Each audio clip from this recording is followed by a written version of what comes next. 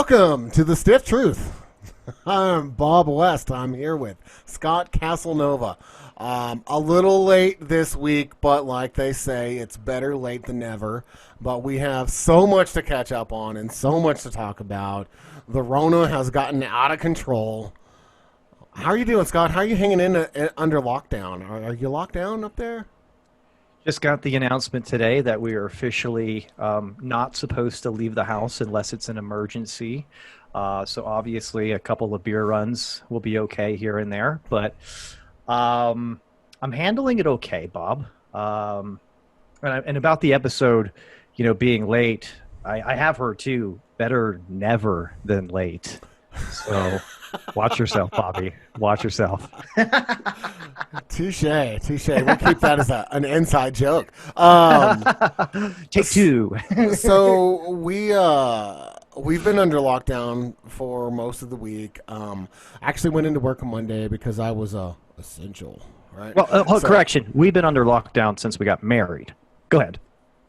I'm talking about the rest of the free country of Colorado.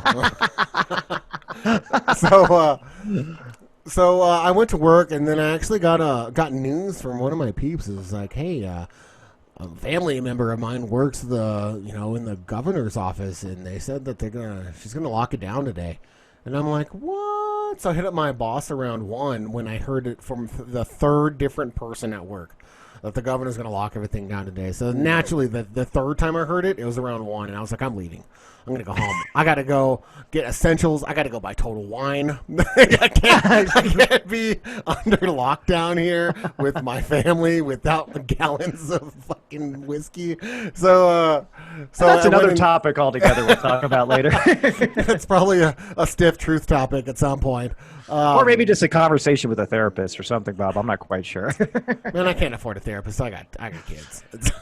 Yeah, well, plus we don't have any money coming in right now. We need that stimulus. Oh, the stimulus. So we'll get to that in a minute. But so I went home and I made a mad dash. I had to go by 2 different stores. Of course, I was masked up at this point. I'm masked up everywhere I go, and New Mexicans think I'm fucking crazy. But our curve is definitely hitting, and you can tell we're now well up over 100 cases. Whereas just last Friday, I think it was like a 30. So I got everything that I need to get done. I made it home. We're in lockdown. I haven't left since, so I've been a good boy. So that's good. I'm proud of you. Someone's got to be. Yeah, well, it's me. Here I am. I'm super proud. Well, that's good. I mean, officially, again, just today it was announced up here in Arapahoe County where I live that we're at stay-at-home orders now. I haven't really left the house for anything non-essential, though, in like 3 weeks, maybe 4. So I don't know how that's really going to change already how I've been quarantining myself. But the pressure will be on when I go to try to leave the house to do something non-essential. Let me ask you this, Scott. I don't know. Is it just me, or am I the only one that just like works with, all business from like the waist up? Because I've gone like 3 days in a row now without really getting dressed working from home. Is that just me? No, congratulations, Bob. Welcome to working from home. I mean, that's really part 1 right there, is you're saving a lot of time and money on water from showering and from doing laundry a whole bunch. There's been certain times where I think I've wore the same sweatpants for the entire week. You just keep changing tops for Skype meetings, right? Oh yeah, changing tops, and of course, got to change your underwear every day. Of course, you don't want to have some funky, famunda cheese growing down there. But the pants, I mean, if you're not leaving the house, you're not doing really anything besides hanging out, working at the home. I mean, what's the point? Okay, because I've been taking the newscaster approach to where I just don't even wear pants underneath the mask. That's just that's always very, very freeing. So continue to do that. I want to keep it as relaxed as I can in this anxiety-riddled virus time that we live in, and so I do that by having meetings in my skivvies. So, oh my God, was that a female that just got up from underneath your desk, Bob? Boy, you are relaxed. the secret is out.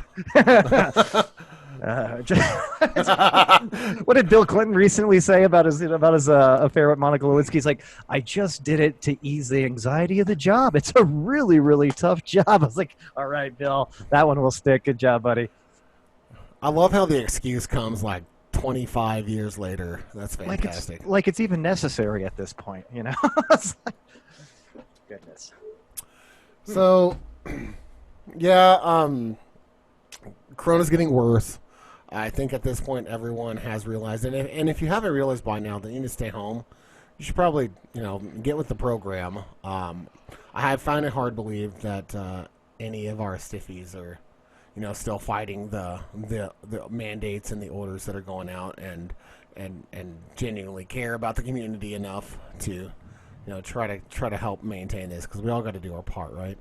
Seriously, man. And it is interesting that you said that. I still have a hard time. Well, maybe not when you think about people and big groups, but I do have a little bit of a hard time still thinking that there are people that at least aren't taking how quickly and how contagious the virus, how quickly it can spread and how contagious it is. They're not taking it seriously at all. And those are the assholes that are going to not flatten the curve at all, buddy.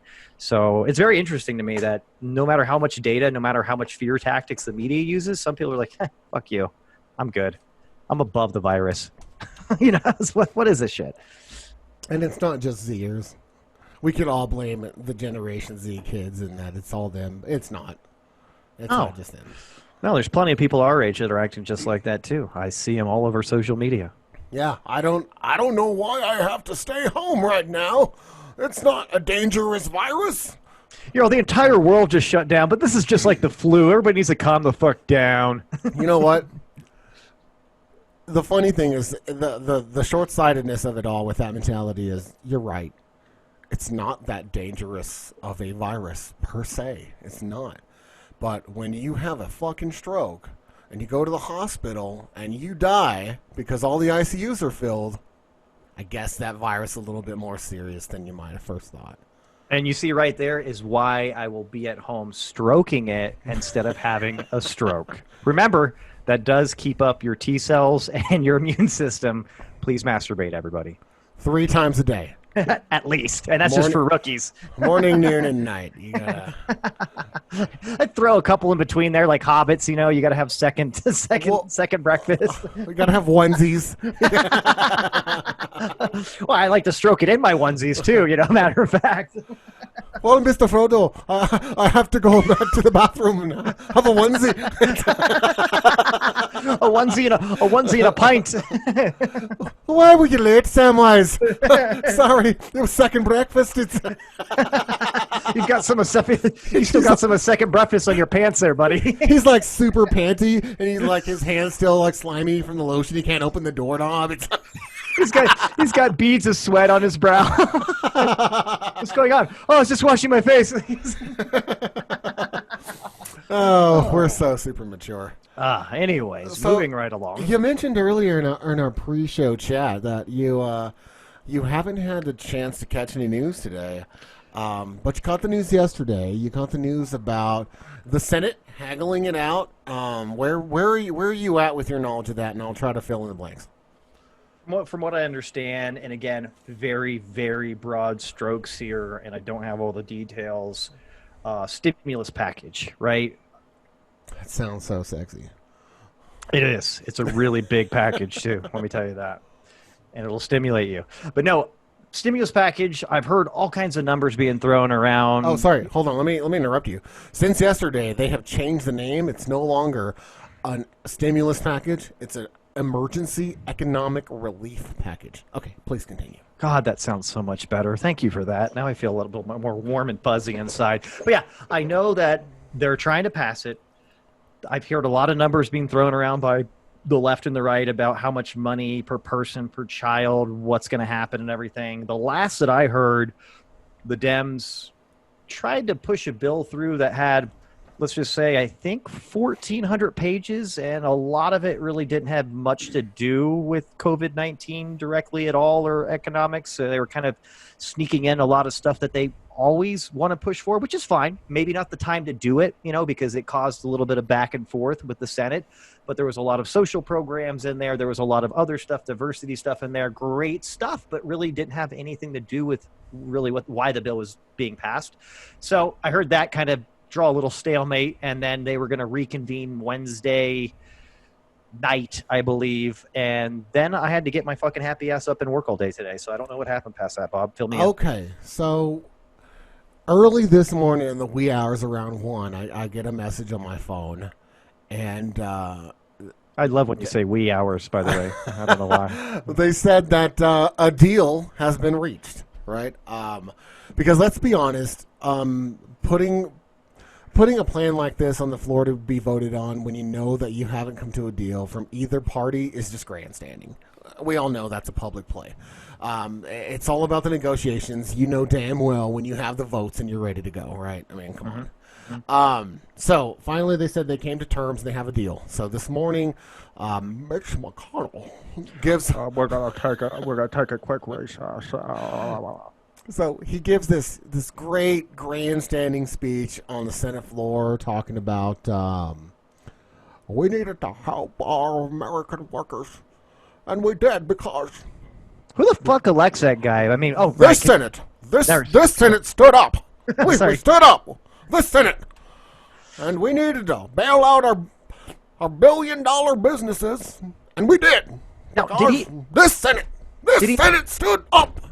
Now, did he actually get that excitable? Because I don't see that coming from Mitch McConnell. He was pretty animated. The turtleneck was a little out farther than normal. It was.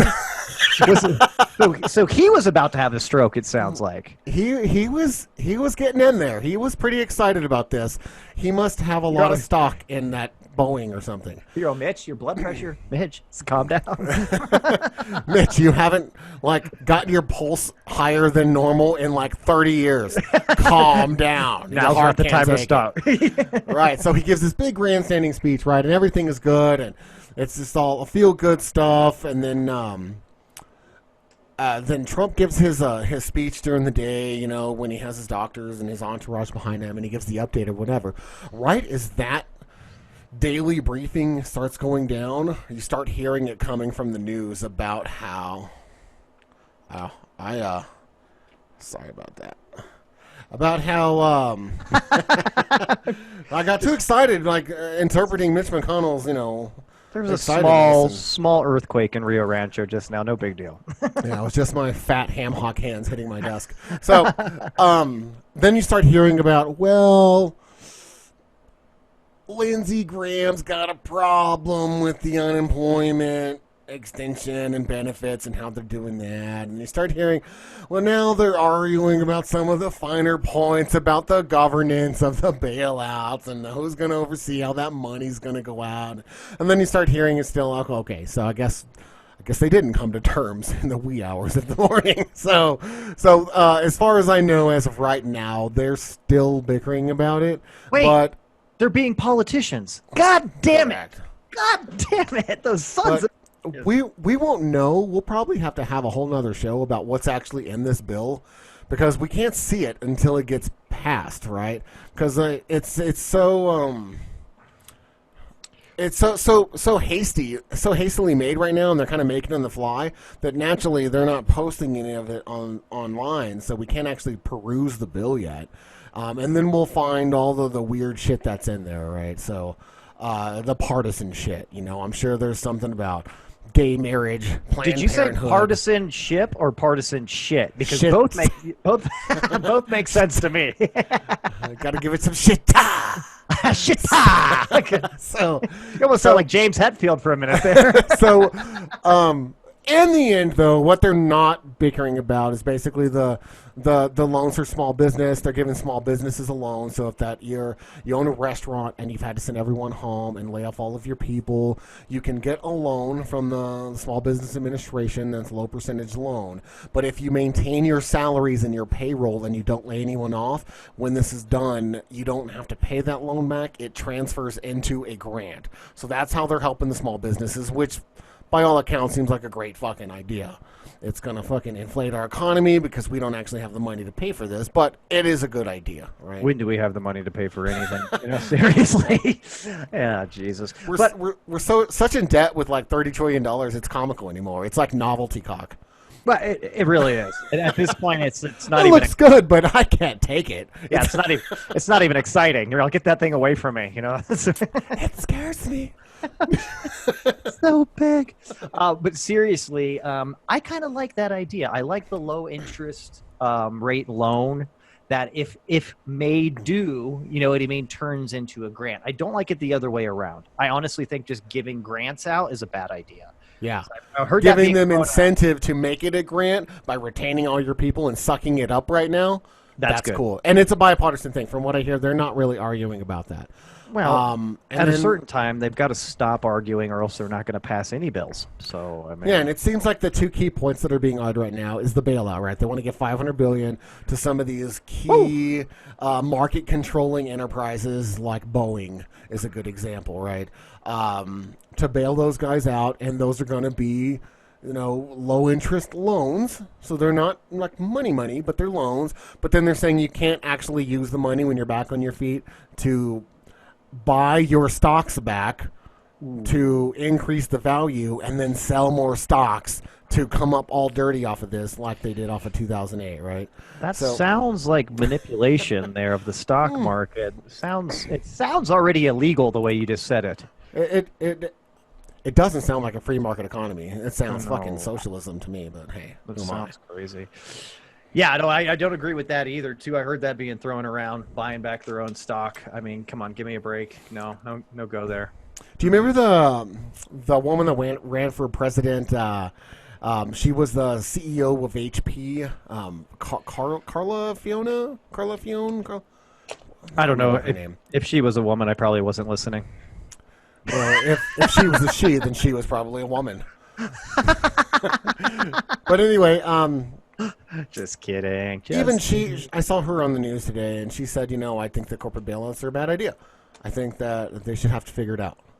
And I'm kind of in the same boat. You got all this money from the taxpayers last time. Why the fuck did that not get put into retained earnings so that you can put in your company and make it liquid so that if you needed to do something, you could fucking liquefy those assets and save yourself? Instead, you wanted to buy all your stocks back for like a 10% on the dollar over from your people, lowering the amount of stocks out there, raising your stock value, then reselling your stocks and reissuing those stocks, then taking all that money that goes now into the company and giving it out as corporate and fucking CEO bonuses. Congratulations. Way to funnel that money into your bank account. And now you're fucked again. This is exactly what they did after 2008. You know what I mean? There was time and time again. It's like, okay, we just bailed out fucking all these giant corporations that, like you said, and I agree, you should be able to stand on your own 2 feet when you're a giant corporation. Small to medium-sized businesses run by individuals or partners like that, sole proprietorships or partnerships, that's a totally different story. That's where the attention needs to be focused. But for people that have, let's just face it, there's some corporations out there that I don't think we should ever have to give money to for anything, to be honest with you. And how come guys like us have to keep a couple few G's laying around in case it hits the fan for a month or two? But corporations can't handle that sort of responsibility. I don't get it. But yeah, I don't get it either. But that's interesting, Bob. Can you loan me a couple $100? So I did want to hit on that because I don't know if everyone's like caught up on what they're actually squabbling about anymore. Because the other big point is the unemployment insurance, right? That's the other key point. So right now, in the language of the deal, it's $600 a week for those that are laid off right now. That's equivalent to a $15 an hour minimum wage at 40 hours a week. And so the big thing that I heard from Lindsey Graham today is he said that's more than some people make normally. You're incentivizing them to get the unemployment. But I kind of got to call bullshit on that because this is only like 3 to 6 months of unemployment, and then what? You've fucked off your job, and now I just don't agree with that at all.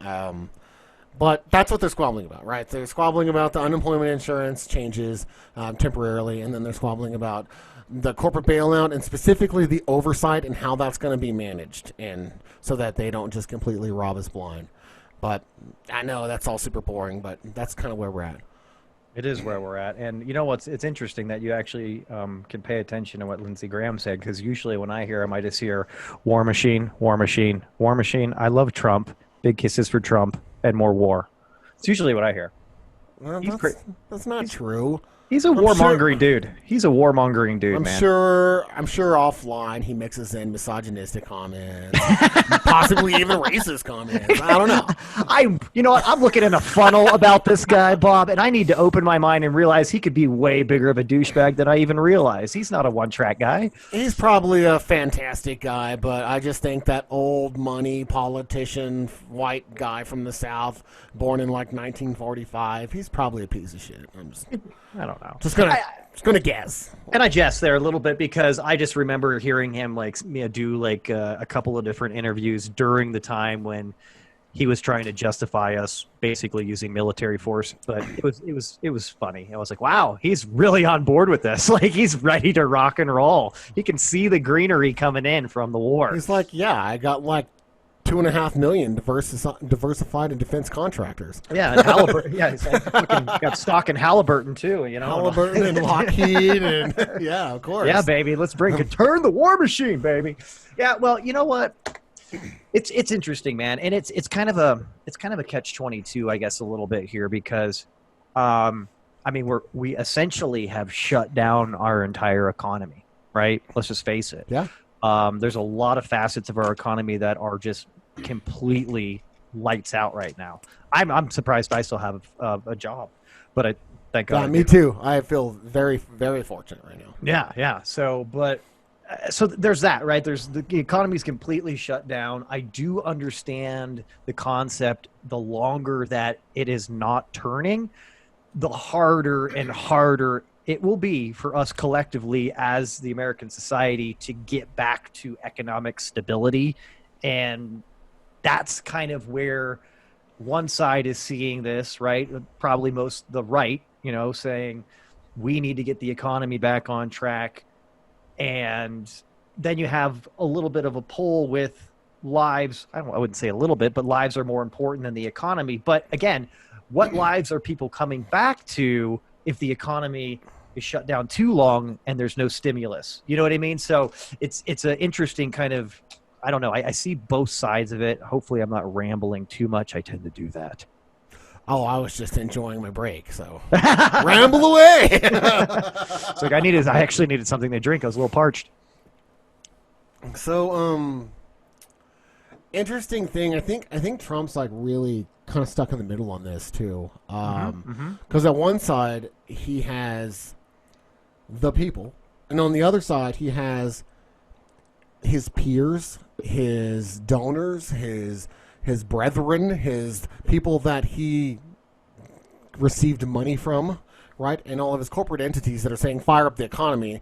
We can't have this, and I'll give a shit about the people. And that's what he's hearing on one side. Or we're not going to like help get you reelected, right? But then on the other side, it's like, well, I have to help the people of America, because if I don't do all I can and they start dying, part of those people that are dying are my base.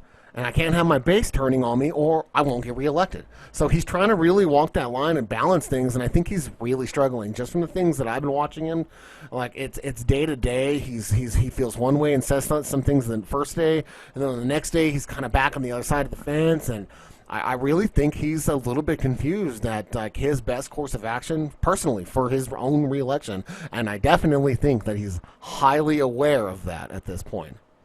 Oh, yeah.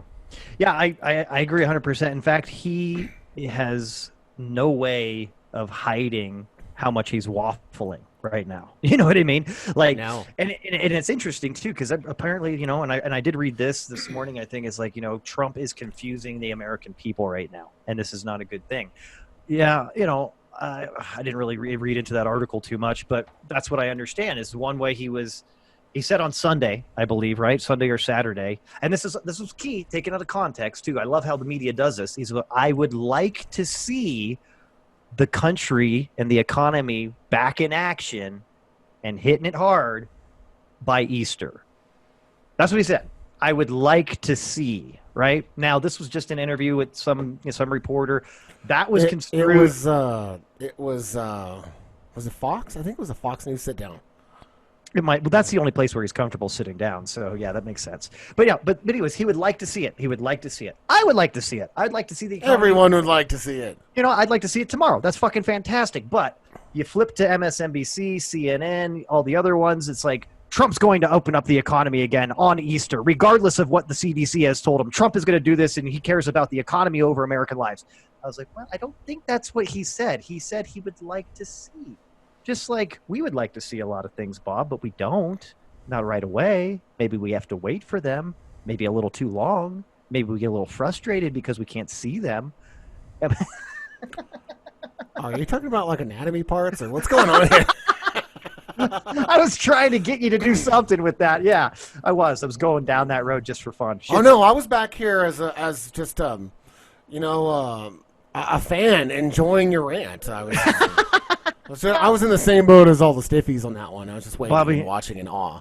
It's always been great to have you be my number one fan, buddy. It's always been that. It's very touching. Good. It's good to hear. I really don't think so, and I think even so in the last couple of days he's gotten so like really mindful about how he phrases things. So he was asked a question today in his Q&A after the briefing, and it was a bait question. It was. Some reporter asked, how many lives is acceptable to get the economy to go to keep the economy from tanking? That's a fucked up question right there. That's when you say none, and then you're like, oh well. Well, that's exactly what he said. He said none, 0 lives. Mm-hmm. That no lives lost is acceptable. So. Very good answer. I don't know if you'd answered that like 3 days ago the same way, but I'm glad he caught that on time because sometimes I think he gets so pissed off on camera that he just goes without filter, and then he gets reamed later by his, PR folks that, like, why do you have to do that? Now I have to go on this blitz to fix what you said. And I'm really surprised, too, that he hasn't got really flustered and just out of nowhere pulled it out of his ass from 20 years ago. He's like, well, that's because Rosie O'Donnell's a fat cow. He's like, what? What's that have to do with anything, Trump? Just completely throw it back. Billy Bush, you're a fucking rat. You knew those cameras were rolling and you had mics that are hot. That's when Pence and everybody else is like, all right, get him off the stage. Get him off the stage. Slowly, I'll take his place. Well, you can't see this. Speaking of Pence, when Pence gets up there to speak after Trump's done, boy, you love Pence, don't you? What's going on with you guys? He's just come on, Bobby. He's so much more polished and pleasing to watch give a speech. I wish the stiffies could see the glimmer and shine in your eyes when you started talking about Mike Pence there. It really kind of makes me wonder, when you brought up his escapades at the gay bars a few episodes ago. We weren't there together.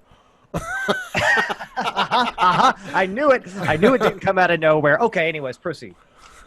So, I don't know. It was just kind of such a glaring difference, and you would think that just being around all these politicians, even when with McConnell's kind of excited, ranty type, look at me, pat me on the back kind of a speech, you would think after all these people that Trump's around, it would start rubbing off on him, just the public speaking, the communication, learning like a measured, thoughtful reactions to questions, and really he's just not that guy. He just can't do it. Nothing's rubbing off on him. Everybody else is getting spray tan on them, which is. I was gonna say everyone else's clothes are like turning orange when he breaks the 6 feet. He's like, Trump's really been rubbing off on you. Thank you. No, it's not a compliment. Right? No. You should put on a blazer. It's bad. Oh shit, man. So I did see an interesting article the other day that kind of switching gears here about the virus was the switching gears about the virus with another topic about the virus. So same direction, just a different gear. Gotcha. Was the damage that it's actually causing to people that are recovering. So I heard that you can lose up to 20% permanent lung capacity. Even if you fully recover from the virus. And that means, all of y'all motherfuckers know what it's like then to go up 2 flights of stairs and get winded like this fat guy. Yeah, every time he goes and gets a stiff drink. So if you want to be like Bob, keep keep fucking around and joking around about COVID, okay? Yeah, keep going to your spring break parties in the beach. I'll see you in like 4 years when you're like, hey, Bob. You know they're down there too, like Corona 2020, stupid shit like that. No. I love saw the that kids. kids are having Corona parties. Yeah. That's Coronavirus parties. That's retarded.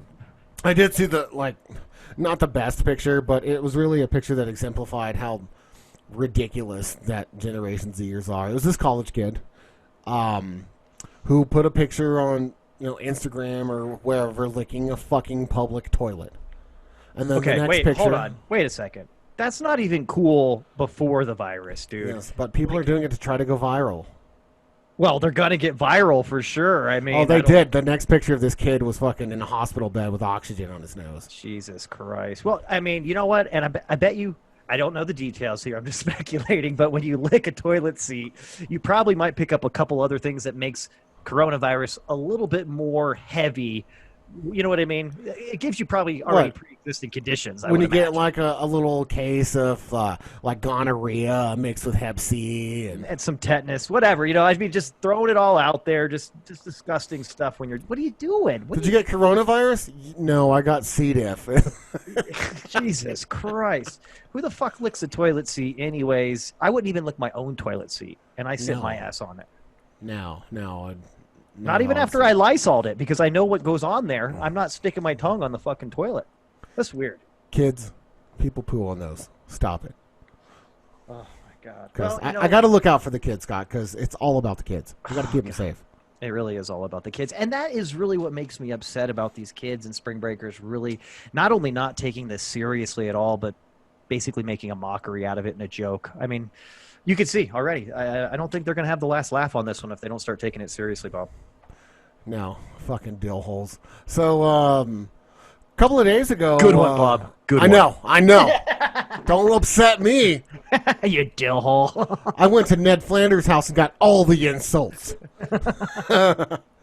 So, a couple of days ago, I saw that Trump and Dr. Fauci must have had some falling out because he was noticeably missing from the entourage. Did you notice that? I did notice that, and you have to forgive me. I can't remember the lady's name that works with Dr. Fauci too. Do you know that she's been in his place the past few days? I noticed that. I'm like, where is? I want to say her. I don't know, but I think he keeps calling her Deborah. Yeah, I'm not sure why he does that, but it's just Deborah. She's not even a doctor to him. It's just Deborah. He'll be back, and I've noticed him like giving like some interviews by himself. He was back today. Yeah. In fact, he was sassy today. Oh, yeah. Sassy Dr. Fauci. Dr. Fauci got sassy, and some reporter asked him a borderline kind of geopolitical question about the virus, and he said, how would I know that? And he just like walked off, right? And then the president comes back and gets in front of the podium, and he's like, see what I have to deal with? Oh, wow. Right. So it was pretty good. You should rewind that sucker and watch that again. But later on, Fauci comes back, right? Mm-hmm. He's regained his composure at this point. And he says, guys, I want to say that I'm sorry about my response. I'm a medical doctor. I'm a public figure that gives information to the public about the disease. I cannot speculate or really know much about, the politics of it, but I'm sorry for, kind of losing my temper there. It was really funny. I was like, wow, compared to the president, like nothing. I thought that guy the other day was going to cry. Yeah. You're okay, Doc. You're okay. It is interesting, though. Every time I see anybody from the CDC on his team speaking, like at the White House press conference or anything where Trump is there, Trump is like fucking towering over them, like right in their fucking grill. And he's got this weird, not like happy, not sad look, but just very fucking focused. You're like, ease the fuck up, dude. Like, what are you doing? It's almost like he's not really enjoying what they're saying at all. And he's really hoping they're not going to say anything that, might come back on him in the economy or something. It's very strange. Very strange. Yeah, no, he's kind of always been a lurker like that. Yeah, do you remember in the debates with Hillary how he'd walk around and circle her like he was a fucking shark trying to fucking go after Yeah, her? just like super lurky and creepy about it. I go, Yeah, dude, what are you doing, bro? Stay on your side. It's that interpersonal communication. Like it's the same reason he doesn't give good speeches. He just doesn't. He's just not good at it. He doesn't understand it. He's too privileged. That's true. That's true. Well, what can you do? Well, Bob? watch the news and enjoy the content because I don't know, man. The news's content's like almost as good as ours. Yeah, almost, man. Well, and here's the thing. Here's the thing. I honestly, and I was telling somebody about this yesterday. I was reminiscing all the way back to prior to March. I know it's been a while, right? But I used to. Yeah, I was just telling somebody this yesterday. I would get done work. I would have a phenomenal time watching multiple news outlets for about 2 or 3 hours after I was done working. I'd watch a little CNN, watch a little Fox, watch a little local news, kind of flip back and forth. That way I can get, 20 different stories about the same thing, right? And it made me laugh. I laughed at the reporters. I laughed at, because some of them are extremely biased. One of my favorite, too, I got to say it, old Tucky Carlson. Love the guy just because he says some of the most outrageous shit ever, and it makes me laugh. Now, that's gone, dude, for a while, and I'm longing for the news to get back to bickering about politicians and politics and primaries and weird fucking laws and this and that and, racy kind of subjects instead of 24/7 coronavirus, dude. It's just fucking. I can't even figure out what's going on with Joe Biden these days because of the coronavirus. I know Rand Paul has coronavirus, but I don't know what's going on with Joe Biden or Bernie Sanders. Bernie still hasn't dropped out of the race. Like you got to let that one go, homie. It's over. I mean, but he's holding on to this one like an ex-girlfriend that he doesn't want to get rid of. Well, he's like, I'm not going to live 4 more years to try again. I can't do. Look, I did it once. I did it twice. I'll be dead in 2024. So yeah, and I did see Biden had an interview with Jake Tapper. Oh, cool. Did he call him Tom? No. But it was a funny interview because Biden does this. So yeah, I just wanted to say, and then. So holy shit! He interrupts him and says, I hate to interrupt you, but you should be coughing in your elbow. It was classic. I'm like, did you really just get told by a reporter to be part of the solution? Hashtag part of the solution. Love that. That's too funny, dude. Too funny. Yeah, it was pretty good stuff. But you're right. I have to actually watch, pre-recorded, produced television to get my laughs anymore. I can't just flip on the news and get it anymore. Yeah, dude. And honestly, I got a lot of great content and stuff to talk about on the show from just watching all the crazy different shit going on in the news. Now it's nothing but virus. So I'm just looking forward more than anything. Yeah, I want to get past this as a society for health and safety reasons. But more than anything, let's get back to the shitty cutthroat news so we can have some good funny content. I mean, that's what I'm really longing for, Bob. It'll come. Well, how are we doing on time? Do we need to do the stiff drink yet? It's still around. My clock's still working. We're doing good on time. Okay. Well, because we did have another topic. We can move on from the coronavirus for a while, I think. Excuse me. Yeah, let's move on. I mean, I'm sure people are focused on it in a sense, but I'm sure everybody wants to hear about other things. So moving right along. No more virus. What's next? Well, I know what I'd like to talk about, and that's not politically related at all. Prepare yourself. There has been a lot of news lately about the NFL. Yes, we were talking about this, Bob. It's actually fantastic because this is the only sport that's making moves right now because they're in the off season and they can. So it's great. It's fantastic. Because everyone else had to shut their shit down, but the NFL was already shut down. That's part of their normal program. So, telling you what, the trades opened up and shit has hit the fan. Oh, dude. Let's go ahead and address the elephant in the room on the football stuff right out of the gate. Tom Brady is no longer a New England Patriot. Now, that's probably made a lot of people sad. It's probably made a lot of people happy, but then it's probably made a lot of people pretty indifferent because he's still in the fucking league and he needs to retire like me. But he is now a Tampa Bay Buccaneer. And there's people all over New England eating the chowder, saying, Tommy, what the fuck? You know they are. Dude, it's finally time for that dynasty to die. Put that baby to bed. But now we got Tommy Boy. No, Bill Belichick will try to win a Super Bowl this year harder than he's ever done it. Well, him and his team, meaning him and the refs, will get it done. They'll get it done. And if not, he will cheat. Mm-hmm. And figure it out. Cheat to win. That's his motto. Cheat to win. If you're not cheating, you're not trying. That's right. That's obviously if you give up when the rules say to. What kind of person are you? Where's your American spirit? Seriously. So Tommy's in Tampa, which is odd for lots and lots of reasons, but it'll be interesting to see because, he's going to try his hardest to try to prove everyone wrong. And at 43, usually Father Time's going to be the one dictating the rules. Yeah, I see this happening. I see him doing well in the sense that, let's face it, why was this even a match for him? Tampa's got a really good receiving core. I think it was the only offer. I'm not going to speculate. But I'm going to go ahead and say, let's face it, though, Tampa does have a great receiving core. Mike Evans is awesome, dude. I mean, there's some people on there. Jameis Winston, too. He was the first guy last year, I think he's first ever quarterback to throw both 30 touchdowns and 30 interceptions in a single season. Pretty impressive stuff. That sounds like a Brett Favre stat.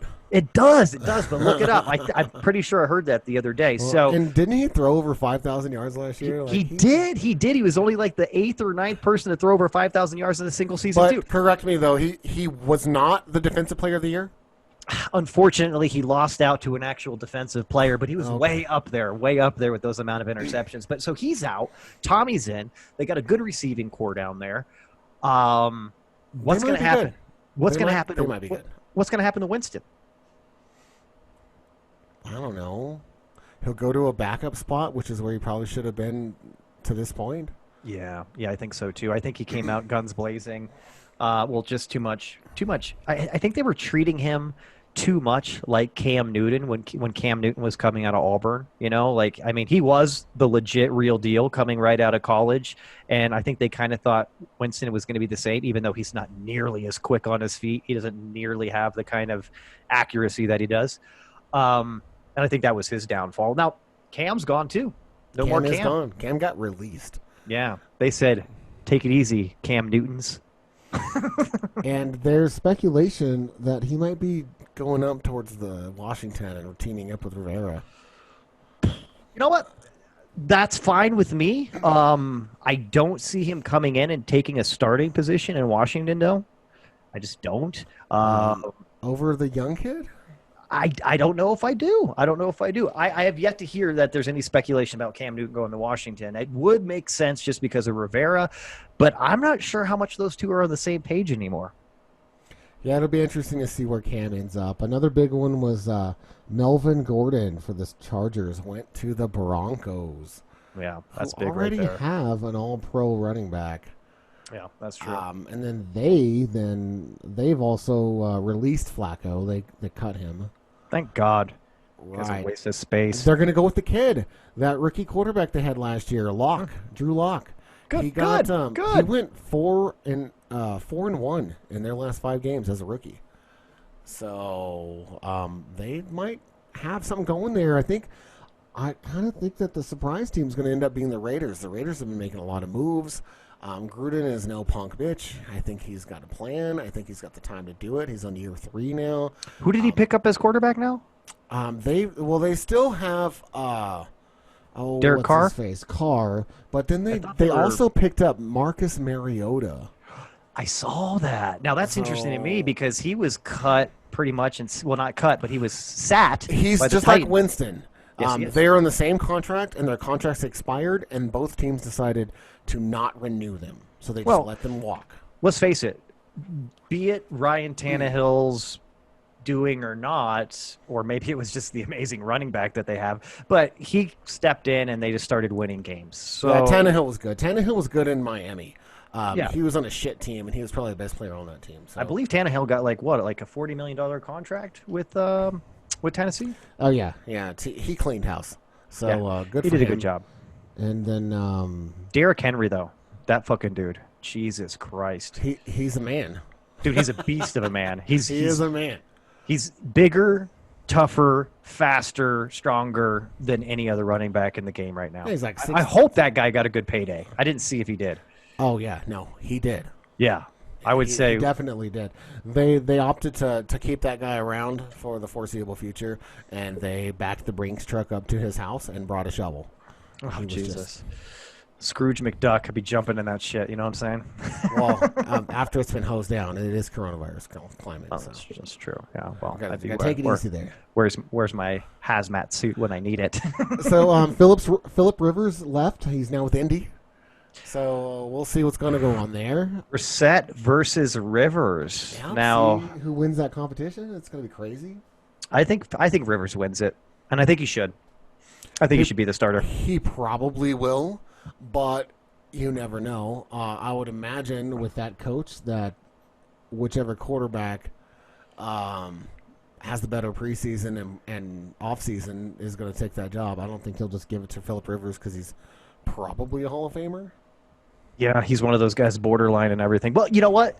Can I just say this? Can I just say we're going to see the Saints probably at least in the NFC Championship again next year? Because it's Yeah. anytime in the last 5 years, it's Drew Brees is back, and now they just picked up Emmanuel Sanders for the slot. So if they didn't have enough weapons already, now they've got another amazing dynamic running back that's also a great passing down running back, too. He's an all-arounder right there, Chimera. And then you got Emmanuel. It's just ridiculous. Not saying I'm sick of the Saints. It's like I'm sick of seeing the Patriots win it, but they're starting to get annoying. yeah, but they don't ever win it. They just get real close. They're just one of the best teams in the league every year. Yeah. Right. But they're never quite the best. They always get had a little bit because of their they always have a prolific offense and a decent defense, and then in the playoffs when you reach those Super Bowl caliber defenses, they always fuck you over if all you got is offense. The New Orleans Saints perpetual honorable mention award. Oh yeah, no, that's them. That should be their mascot. Somebody that doesn't have all their fingers is going to be going to the Buccaneers now. Ronnie Lott. Oh, sorry. Jason Pierre-Paul. Oh, okay, that's interesting. And speaking of Jason Witten went to the Raiders. How about that? Very interesting. Now, I thought that guy was a lifer in Dallas. I really did. I thought so too, and I'm surprised that he did that. Well, I mean, I have to say that money talks in certain respects, and maybe that's what it was. I don't know. Maybe he had a falling out with old Jerry. Yeah, I don't know what happened, but I don't know. He's not my favorite tight end. Sorry, I'm a Cowboy fan, but I've just never really been a huge Witten fan. It's okay, because you've always been my favorite tight end. Thank you. You're welcome. Wink. Wink, kiss. Well, I think on that note, I need a drink. After being hit on by the co-host, it's time to get a stiff drink. So let's go do that. We'll come back, and then we got a special announcement coming again for ZV. So we'll bring that announcement soon, and let's go get stiffed up, and we'll be right back. Sounds good. Let's do it.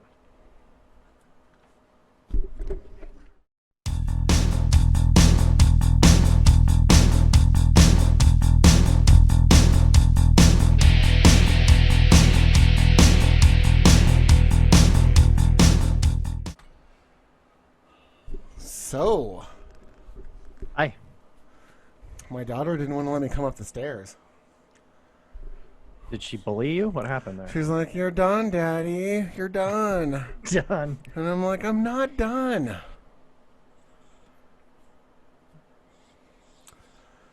So, I'm a little curious. When are they going to start delivering weed in Colorado? Are they already doing that? No. They're not doing that. But what they are doing, because this is the beautiful part about, I would say Colorado in general. You'll love this, Bob. So the other day, Governor Polis, he's actually doing a really good job. He's doing a really good job.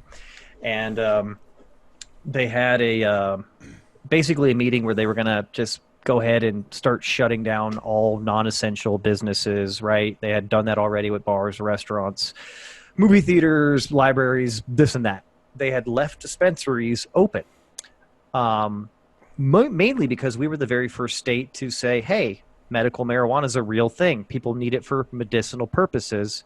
We're doing this. So with that being said, it was considered for a while to be an essential business because there are people that depend on it for medicinal purposes, right?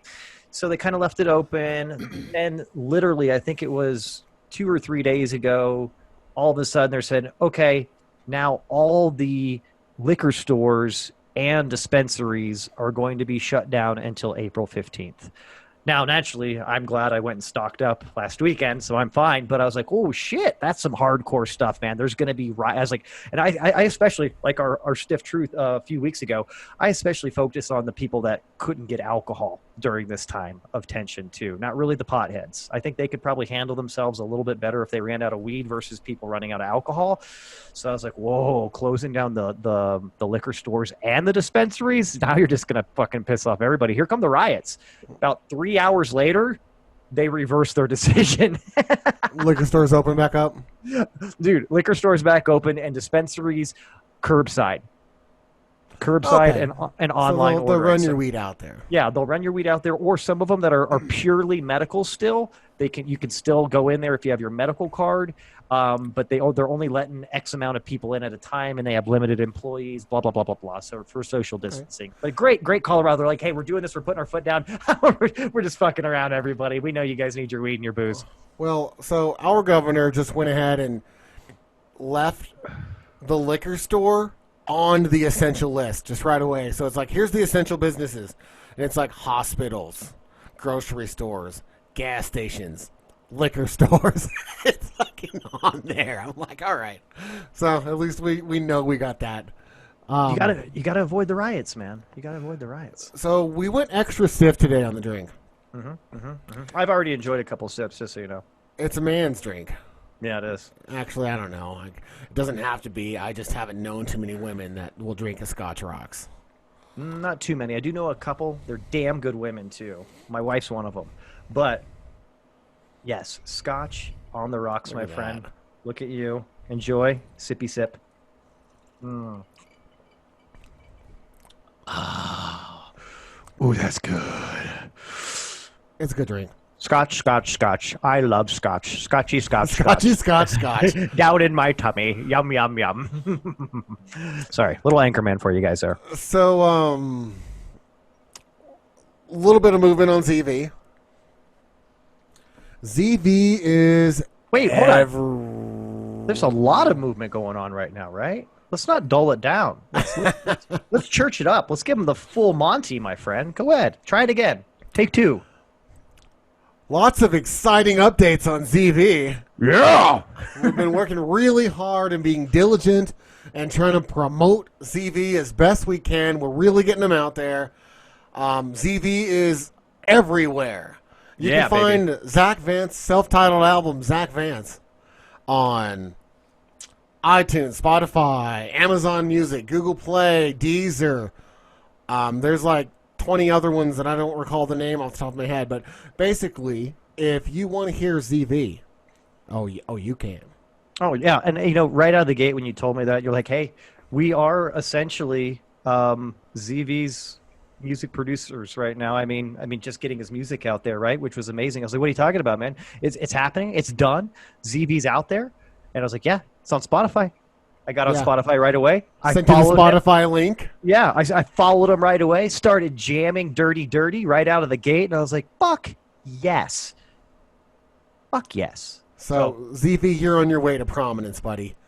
Very stoked for you. Just so that everyone knows, we've known ZV a long time. And we needed good quality music, so we reached out to ZV because we'd love to have no one else's music other than ZV, so that's the first person we thought of, and we came to an agreement that we could use his music as long as we promoted him, and he has been promoted. He is everywhere, like I said, and the Stiff Truth will not receive a dime off of any royalties or money that comes in from ZV. All going to ZV, baby. All going to ZV. ZV gets 100%. That's how we do it around here at the Stiff Truth. Plus, let's not be completely selfless here. We also approached ZV because we didn't really have any money to buy the rights to anybody else's music. There's a little bit of that. I mean, let's just tell them straight there for a minute. But it was like, again, and all kidding aside, it was like this beautiful recipe, right? Like, hey, our buddy has amazing music.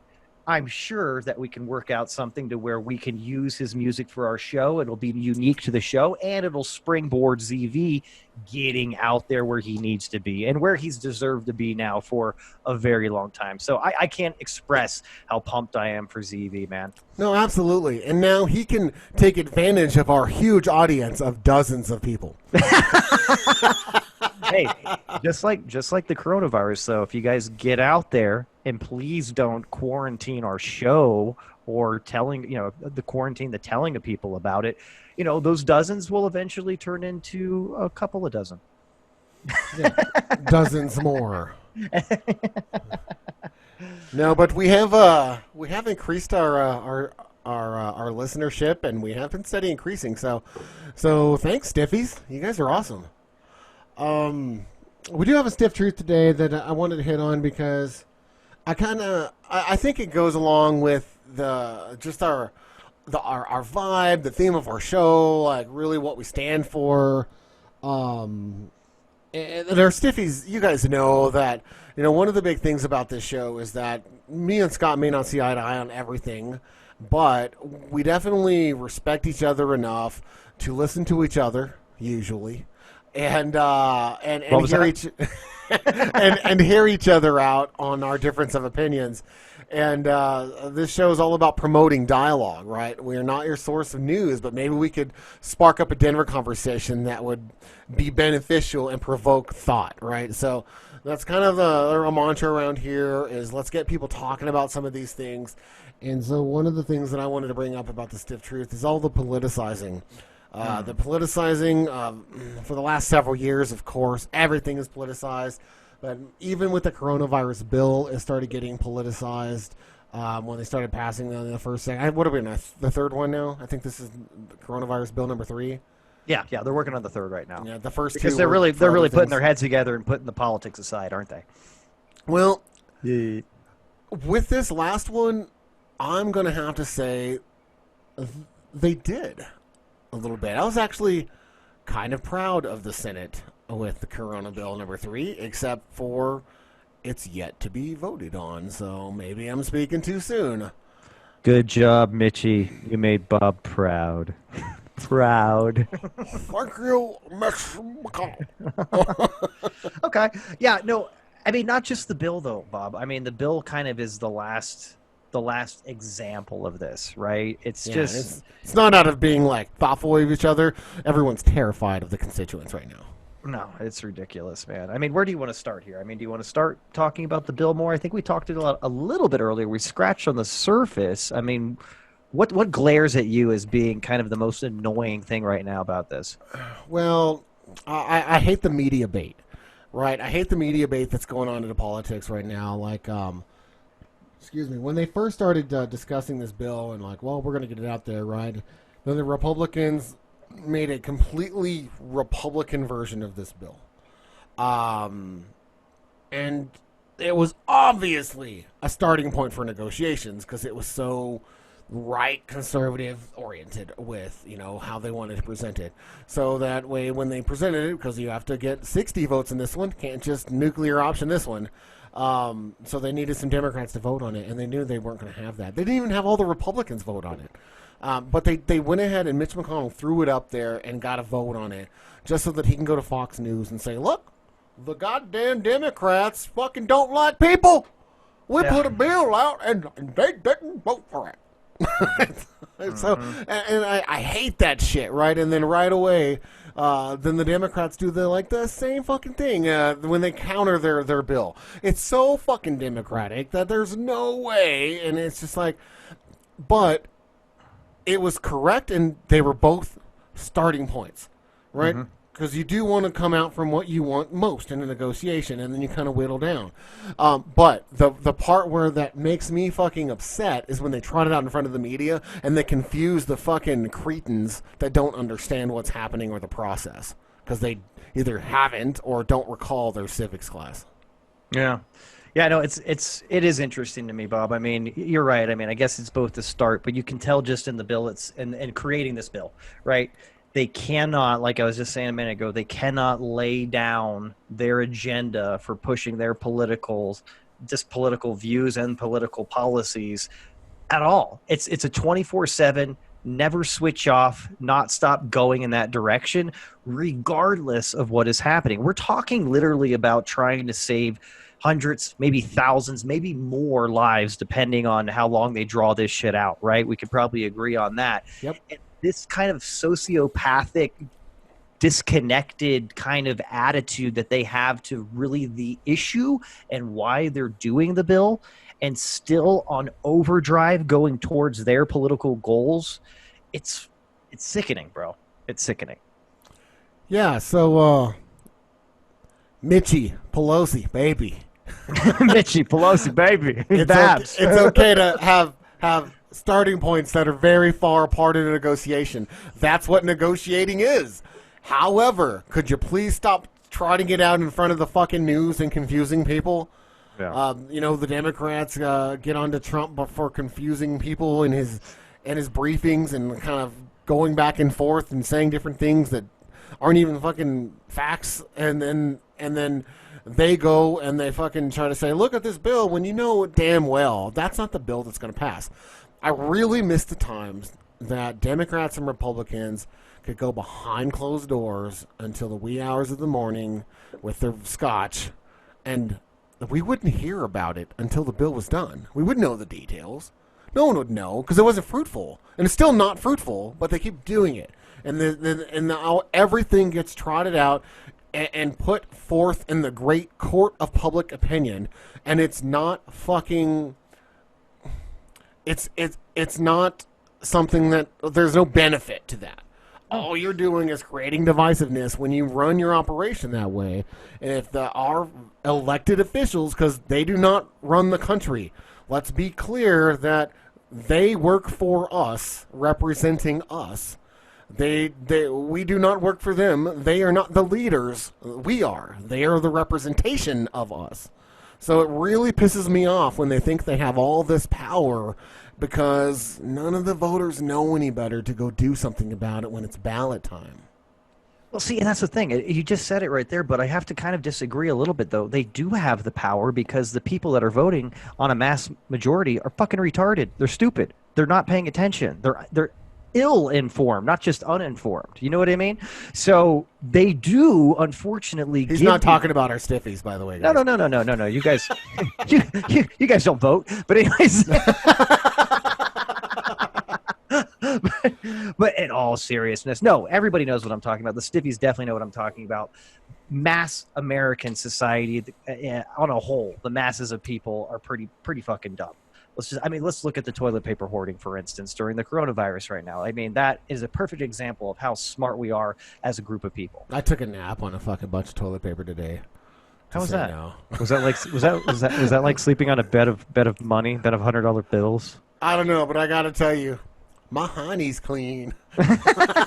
I bet it is, you sick bastard. You. Love that. God, but what was I just saying? I wasn't paying attention. You normally aren't paying attention, my friend, but that's okay. But I was just getting back to, again, if people are stupid, they give them the power. And that's what I was saying. I mean, that's what I was really getting at. It's unfortunate because they shouldn't have this power, but we continue to reelect them and put these people... That's the thing, Scott. They don't have the power. We give them the power by not acting, or even more importantly, by not reacting to their dumb assery. that goes on, right? I know. Well, okay, so it's kind of like a chicken and the egg thing right now. I think we're going to start, going back and forth about this because you're right. They don't have the power. We give them power. Hence, though, they do have the power because we give it to them. So whatever, they got the power because we're stupid enough to give it to them. So here we are. Correct. Okay, let's move on. And if the public understood the way that things are a little bit better, they'd be able to do something about it. But man, I don't know. There's going to be a grassroots movement one day where the stiffies will all rise up and fucking elect people that are legit. All like 25 of them. Yeah, Bob. we're gonna get like 1%. No, 0.0001% of the popular vote. It's gonna be great. It's gonna be great. That day can come. No, but I mean, what are we gonna do though? I mean, it's horrible. I mean, is there any way out of this, Bob? I mean, quite frankly, that's probably just like a very open-ended question here. But how do we get past this and really get to? Personally, yeah. As far as knowledge goes for the typical average Joe American and how civics works and how things work and what bills are being presented and all of that, I think the further transparent that the internet gets, the more that grassroots campaigns about things will be able to go. I mean, we're starting to see it now with, the social media stuff that goes around, but I think over the next like 10 or 20 years, that's going to get really prevalent, and it's going to be very, very hard to hide ulterior motives when you're pushing a bill that's obviously an ode to your corporate sponsor. Yeah. I think that this will kind of naturally work itself out. Plus, I think that literally some of the older regimes in politics will actually start dying off. Not like we'll literally younger people. Yeah. Yeah. There's going to be some archaic dinosaur ways of thinking that I would say in about 10, 20 years will almost be completely obsolete because those generations will pretty much be finally extinguished. Either that or it'll be like The Simpsons. It's just going to be like Mitch McConnell's head in a jar sitting on the podium. Never going to change. Him and Nancy Pelosi are just going to have their heads in jars on ectoskeletons or something like that. Yeah, they'll look like Krang and the Ninja Turtles just running around in a fucking fake body. Oh my God. Can you imagine if they were in the size of Krang's body, though? That was a big fucking dude he was in. He could really do some damage. Can you imagine Mitch? I would not want to see either one of those two in an android the size of Krang's android. No. No, man, I hear you. Well, and that's an interesting too. I think it's lofty. I think it's very optimistic because you're kind of hoping that more. I am known for being an optimist. Yeah, you are. You're an optimist. You are. Glass is overflowing, not half full. But you're kind of relying and hoping. Utah, give me two. But yeah, you are relying though on, or hoping at least, I would imagine, that having more transparency and more information on what's going on the internet will help. But then you're also kind of just assuming that people are actually going to do their own research and find legitimate sources. And I think we're having an issue with that right now. So. Oh, I think that the legitimate source thing is actually going to start working itself out too, by baby steps. Right? Holy shit! Just Bob's all sunshine and rainbows today. So you see that Facebook fact checks now, whereas they didn't the last election. Facebook is actually fact checking. I think you're going to see a lot of more corporate entities stopping the spread of fake news and requiring people to actually post legit shit, or they won't be able to post anymore. So I think that social responsibility is starting to uptick, and I think that's going to get more and more prevalent. And then news stories about Oprah fucking killing children for their glands and shit won't start circulating the internet. You know what I mean? Finally it's going to come out. Finally, right, it's going to come out. Because the coronavirus is a man-made a virus that was put on the earth to get everyone in their house so they could use the 5G towers to start rounding people up. Okay, that sounds great. I've heard that theory. And I'm not 100% taking off my tinfoil hat on that one. This could be a topic for another show. Well, what virus went around when the 3G towers went up? No, see, that's the thing. Was that like H1N1? Oh, shit. No, but 5G, there has been in the past few years, multiple warnings from scientists, business professionals about the potential dangers, health radiation wise, from 5G. And Oh. there's been a lot of people that have tried to sweep that under the rug too. So it's not entirely crazy. Would you like to say something, Bob? Go ahead. You have your hand up, sir. No, thank you. You're welcome. So you got to do it in my class. I was just gonna kind of speaking of internet technologies. I saw that Pornhub is SpaceX. giving away free. You know, I did see that. So hashtag stay the fuck at home, guys. Pornhub is free right now. Like I Get said in before, and raise your immune system. stroke it, pull it, smack it, whatever you got to Have do. a onesie, second breakfast, have pre-dinner, post-dinner, midnight snack. That's what I'm going to start calling jerking off now. I was like, what are you doing? I just had a quick onesie. No worries about it. Just walk off. Yeah, that's right. Yeah, where are you going? It's time for second breakfast. I'll be back. I'll be back in like 8 minutes. That guy really eats a lot. I'm on the Atkins diet, so I got to keep feeding the machine. It's all protein based.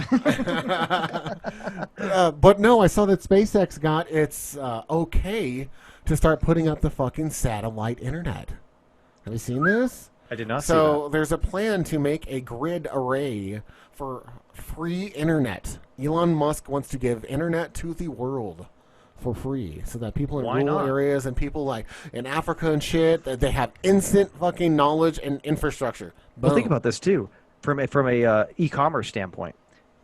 If all these people, some of them very poor, some of them not, but if everybody has free internet, don't they have a little bit more, if it's maybe just some money to spend on the internet? Well, and that they have opportunity. Well, I don't care 'cause about that. I don't Then care they can about be that. a fucking West African prince. Just send them your bank account and they'll wire you the money. Yeah, that reminds me of my great uncle that died in Nigeria not too long ago. I sent that gentleman a lot of money, whoever emailed me. Nothing ever happened, though. I hope he's okay. Are you still waiting? Yeah, I'm still waiting, but I'm optimistic like you about that one. Good, because it's coming. So it just made me think about that. If you hadn't heard about that, because I don't know what that's going to do for humanity. But following along with today's theme is, I'm optimistic about it. Yeah, baby, optimistic Bobby. Well, I love that. Can't get enough. Well, I don't know about you, Bob, but I think we might be about wrapped up for our discussion today. I believe so too. If you guys are watching us on YouTube, I hate to be redundant. I don't, but I'm gonna be. Loves it. He loves it. I love my redundancy department of redundancy. Please like and subscribe and follow. Please like and subscribe and follow. What? Don't forget to ring the goddamn bell. Get in there! Okay? Because you never know when an episode's going to release. Could be Sunday. Could be fucking Wednesday. In fact, for all the stiffies out there, Bob backed me up on this. The next person to subscribe to our YouTube channel and share that on any of the social media platforms that they should check it out, we'll get a free T-shirt. Yeah, I'm game for that. Good, because you're responsible for most of that. Oh, yeah, that sucks. No, more than happy to do it. Also, got some hats coming in. Ooh, badass We're gonna be stiffy truth rocking some hats. stiff truth hats soon. So, Okay, thank can't you wait. for listening, guys. I know that it's stressful times right now. Let's remember to smile and drink and fucking laugh and love and all that. And follow us on Spotify, comment or follow us on iTunes. I don't have an iPhone, so I don't know how that works. Scott, how does that work? iTunes, Apple Podcasts, yeah, that kind of stuff. You're all over it. Thanks, Scott. Yeah. Well, I mean, I think that's the only one. That's the only two that are unique to the iPhone. So yeah, that's about it. Okay, so thank you again for your time today, everyone, and we should have another episode coming up on Sunday or Monday and get back in our normal pattern. You got something? Absolutely, and I just want to sign off with one thing that I mentioned on the last episode. I still think it's very important during this time of crisis when everybody's quarantined and everybody's shelter in place.